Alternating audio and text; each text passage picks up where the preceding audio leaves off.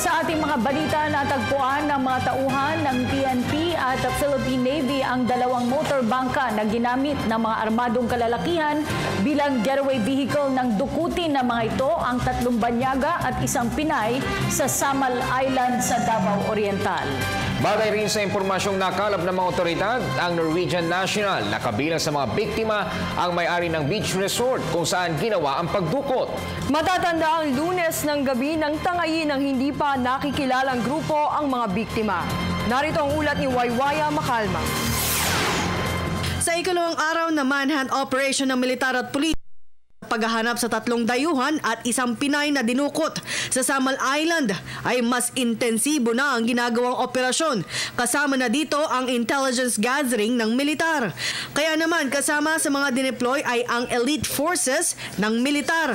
Bukod pa ito sa air, sea at land assets ng AFP. 2 naman bangka ang natagpuan ng mga otoridad sa Barangay Tibanban, Governor Generoso, Davao Oriental, Martes ng umaga.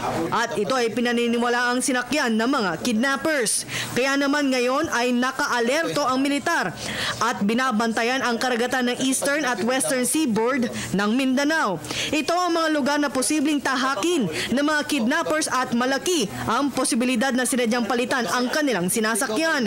Ayon kay Kurt Yato, isa kasi sa iniiwasan ng militar na mangyari ay makarating sa Basilan o Sulu ang grupo dahil tiyak na mahihirapan na silang hanapin ang mga biktima. How important is it that we cut them off before transferring to Basilan? That is very important. Kasi pag nasa along the way pa lang, ang vulnerabilities mas mataas. Pag napunta ka na sa lugar na you are familiar, medyo mahirapan na tayo. The possibility na nagpalit na sila ng bangka is napakalaki because may na-recover na sa Governor Generoso na 2 abandoned na bangka na may motorized. Sa ngayon ay wala pang grupong umaamin kung sino ang may pakana ng kidnapping. Para sa AFP, malaki na maaaring grupo ng Abu Sayyaf ang may gawa nito. Batay na rin sa modus na ginagawa ng grupo at maging sa direksyon na kanilang binabaybay. Ngunit kanyang iginiit na ang lahat ay kailangan munang kumpirmahin ng mga otoridad. Hindi natin may connect pa sa Abu Sayyaf sa ngayon. Pero there are some modus operandi kasi na ginagawa nila na some local groups will just organize something and then mag-abduct sila and then transfer them to groups identified with Abu Sayyaf. Batay sa impormasyon na nakalap ng militar, ang kinilalang Norwegian national na si Kajartan Sekingstad ang may-ari ng Ocean View Resort.